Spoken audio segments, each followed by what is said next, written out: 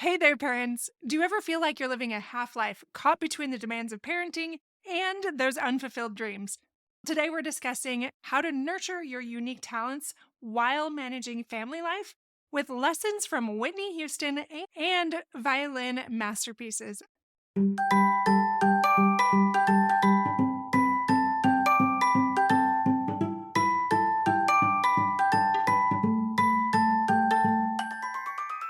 Hey, parents, welcome to Fulfillment Therapy.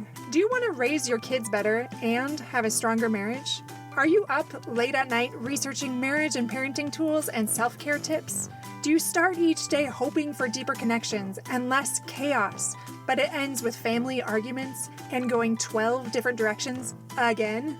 My name's Kendra, wife, mom, therapist, and growth enthusiast.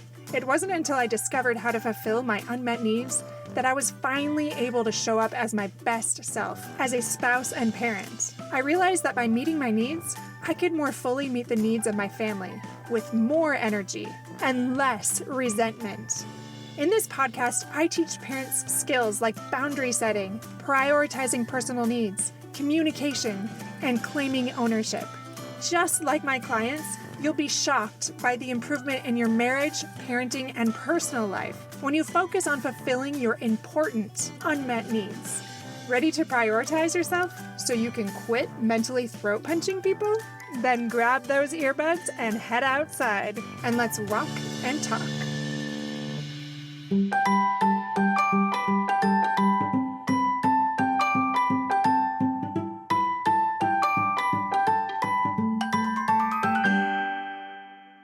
Welcome back to Fulfillment Therapy, the podcast dedicated to helping parents improve their mental health, wellness, and life fulfillment. I'm your host, Kendra Nielsen, and today we're exploring the importance of nurturing our unique gifts and talents in ways you likely haven't considered, using Whitney Houston and Stradivarius violins as our inspiration. I know that might be confusing, but I will explain, I promise. But before I jump into that, don't forget to check out our new courses on fulfillmenttherapy.org. You can take your life to the next level with Find Your Focus to help you start an online business or podcast if that's something you're interested in, or our mental health and wellness courses, which right now we have 2 of them out. Ignite Your Life, that's a personal growth course, and Mend Your Marriage, that is a course to take your connection and your intimacy to the next level in your marriage. So check that out. Now, let's go back to what we were talking about today, nurturing gifts and talents as a parent. That can be so difficult, and it seems like it's at the bottom of the list all the time. But is there a way to do that is more effective, that will help you find that greater inspiration and fulfillment even as a parent, and be able to model what that looks like for your kids? Pablo Picasso said this: "The meaning of life is to find your gift. The purpose of life is to give it away." That's beautifully said, isn't it? I was watching this documentary about Whitney Houston. I like to study the lives of different people to learn from their stories, whether those are sad stories or really inspirational stories. I typically like the inspirational ones, but this one was a little bit sad about Whitney Houston's life. She had extraordinary talent.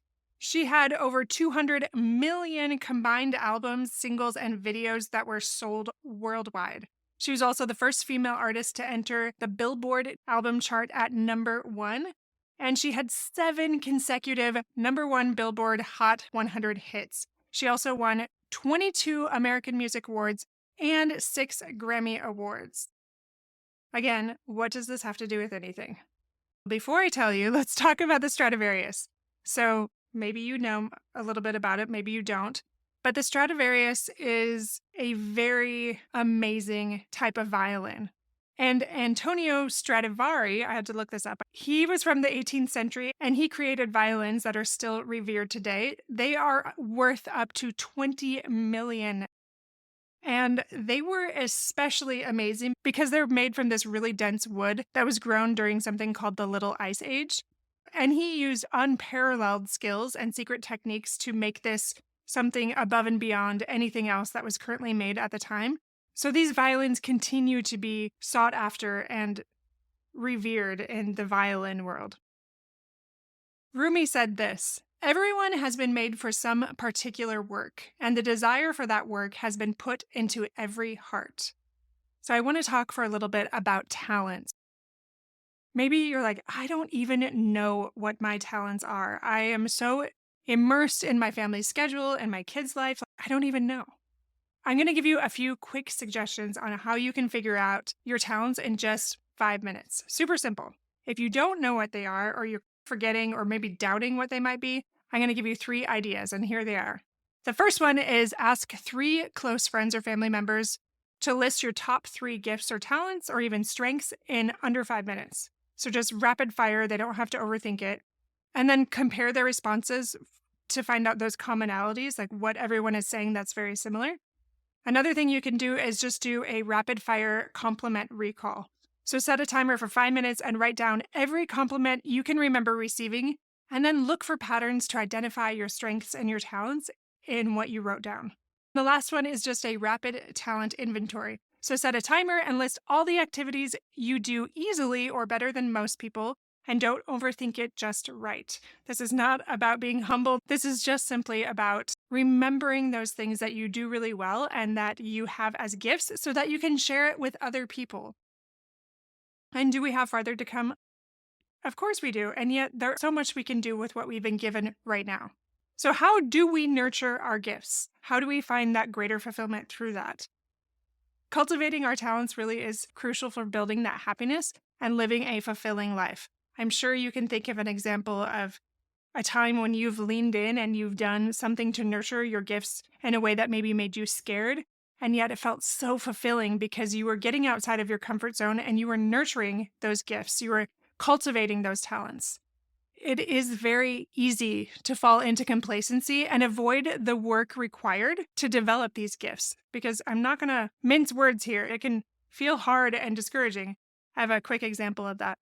My son, he is amazing. He is 14 years old. And when we went back to see my family in the Midwest for the first time, all my kids met my family, or at least my extended family. One of the stops along the way was stopping to be with my brothers for a while. And one of my brothers showed my son how he used to juggle. And so he showed him some of those things. And ever since then, he's been learning so many things, like juggling balls, juggling clubs, juggling rings, and he's even gotten into devil sticks or a Chinese yo and a unicycle, all of these things.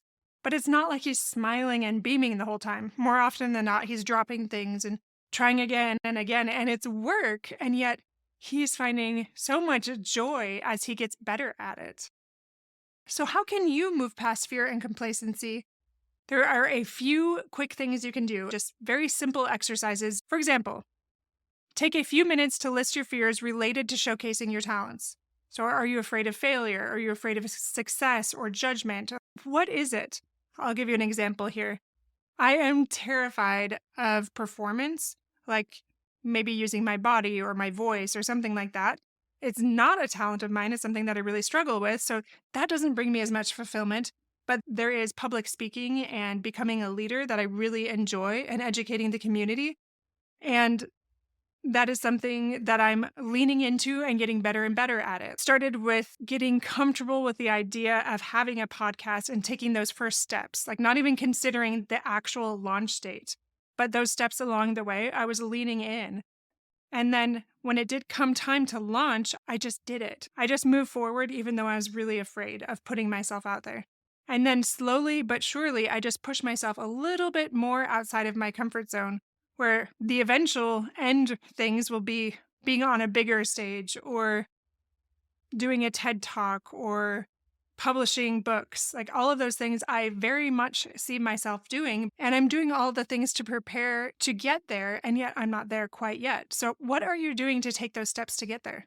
The next thing you can do very quickly to create more self-awareness is do a limiting belief brainstorm. So this is spending 5 minutes listing any limiting belief you have about your abilities or your worthiness to succeed. And if we're using my example here, I might be like, who am I to give a TED Talk? Who am I to write a book? Like, why would I be able to do that? Who would be willing to listen to me? People would hate me, or it would be so discouraging when I'm misunderstood, or things like that. Maybe I can write down some of those fears that I have. And you can do the same for whatever it is that you are afraid of. What are those limiting beliefs? And the next thing you can do is take 5 minutes to imagine your life in 5 years if you don't develop your talents. How does this make you feel as you imagine that scenario? And just write about that. 5 minutes. And then the last thing you can do is quickly list any of those external obstacles preventing you from nurturing your gifts. Now, are these real barriers or are these excuses? Maybe you're saying, oh, I can't afford a course that will teach me how to do that. Or my kids need me too much with after school activities and I don't have time during the day. All of these things, they might be very valid. And yet, if it's something you really wanted, you would find a way. For example, if somebody was like, I have a free ticket to Europe and you can go if you clear things for a week. You better believe that I would clear things to make it happen because I want to. There's nothing that's going to stop me from going and doing that if I really want that. Oprah Winfrey said this: we can't become what we need to be by remaining what we are. So is there someone that you are supposed to be that is not emerging from within because you are staying complacent? You're not moving. You don't have that forward momentum. Now, I've talked on this podcast before about losing my youngest brother. My youngest brother died a couple years ago now, and he died very suddenly from a heroin overdose. But years before his death, he really was living a half life, and honestly, probably less. Now, I don't say this out of judgment. I don't mean to be disrespectful to him in any way. I loved him very deeply. But I think he would tell you the same thing. And the reason I'm bringing it up is because I mourn for his life that he lived in that quarter way more than losing him. For the time that he was here, he didn't live fully. And again, I think he would tell you the same thing here and have regret about that as well. After he died, and along with my father dying early, pretty tragically as well, I became very passionate about living life fully and learning more about how to flourish and face our fears. Because again, we only have this one life, and what will we do with it? So the question to ask yourself is, if you were to die this week or this year, what would you do differently? Would your family mourn you for living only a life that was half lived, full of excuses or maybe mindless pursuits that really didn't fulfill anything in your life? Or would they celebrate the life that you lived fully? Ralph Waldo Emerson says it is to be useful, to be honorable, to be compassionate, to have it make some difference, that you have lived and lived well. My friends, have you lived well?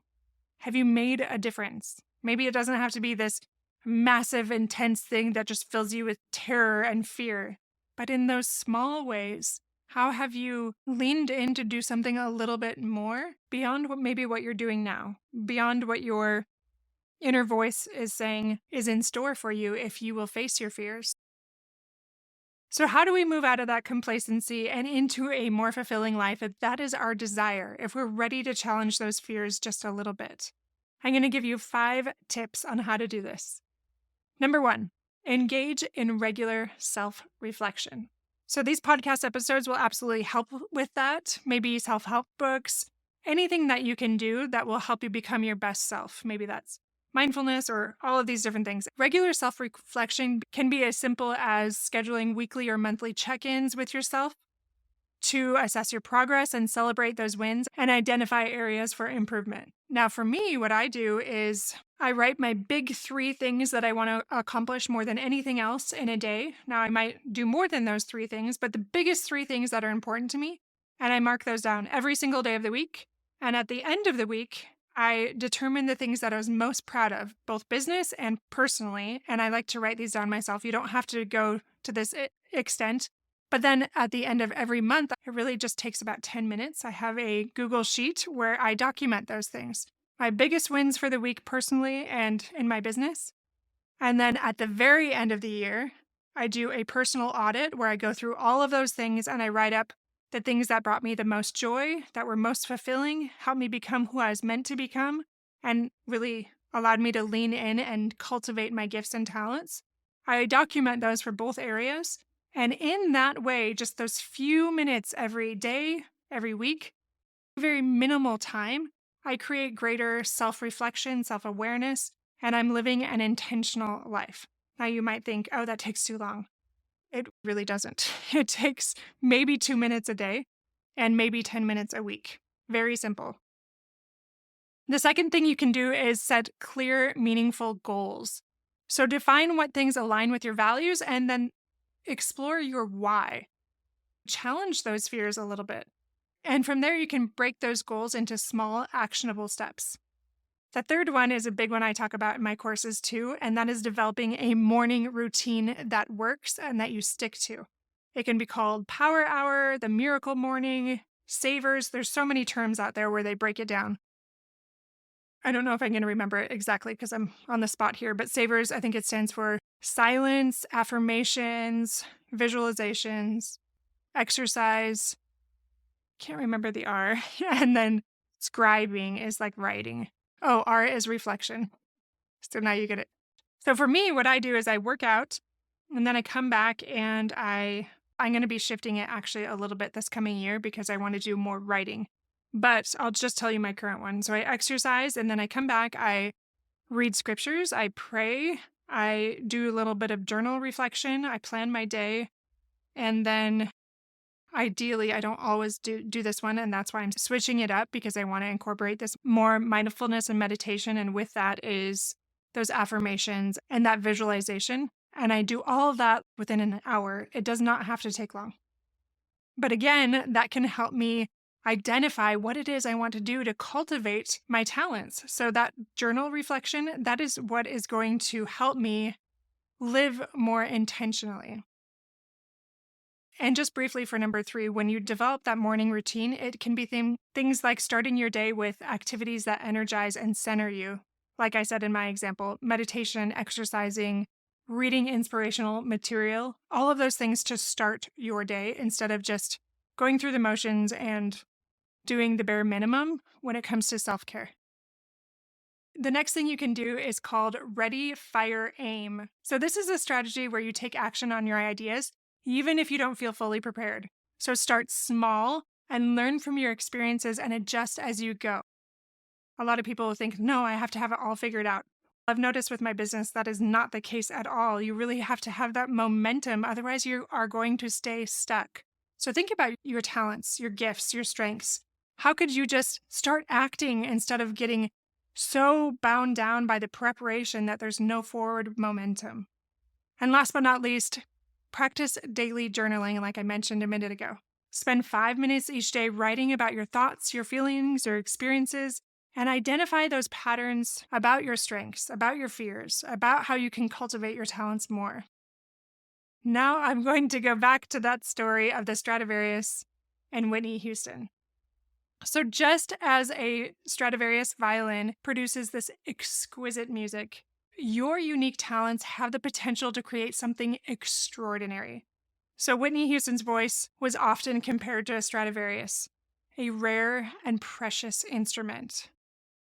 But like any instrument, it required care and nurturing to reach its full potential. Well, in that documentary that I was talking about, there was one point where her manager, that had basically made her famous, was talking about her smoking and her partying lifestyle. And he said, when I see you doing those things, it's like watching a Stradivarius being put out in the rain. And that really resonated with me, like listening to that, hearing that, like how sad he was. Because you think about Whitney Houston's voice, like it's unparalleled. It was just so beautiful. And yet she got to that point where she got complacent and she stopped nurturing it like she had before. She stopped caring and she put her energy into things that could not provide lasting fulfillment. And ultimately, it led to her death. And this is a terrible, sad story that resonates with me. It makes me think of my brother. Are we allowing other things to take away our focus from the things that matter more? Your life is like a Stradivarius. It's a unique, valuable, and irreplaceable instrument capable of producing beautiful music. And I know you probably don't feel like a Stradivarius, but we all are. And when we are able to identify our gifts and overcome our fears and consistently work to develop our talents, we can create a life that resonates with purpose and with fulfillment. cherish it, nurture it, and play it with all you have. The world is waiting to hear your unique symphony. Remember, my friends, we have one life to live. Do not waste it. That is all I have for today, my friends. Don't forget to check out our blog on fulfillmenttherapy.org/blog. And if you haven't, please go leave a review. This helps us get seen and it helps us help others. So please do that. It really does make a difference. And thank you so much if you've done so already. Until next time, my friends, this is Kendra Nielsen reminding you to nurture your gifts and live your fullest, most meaningful life.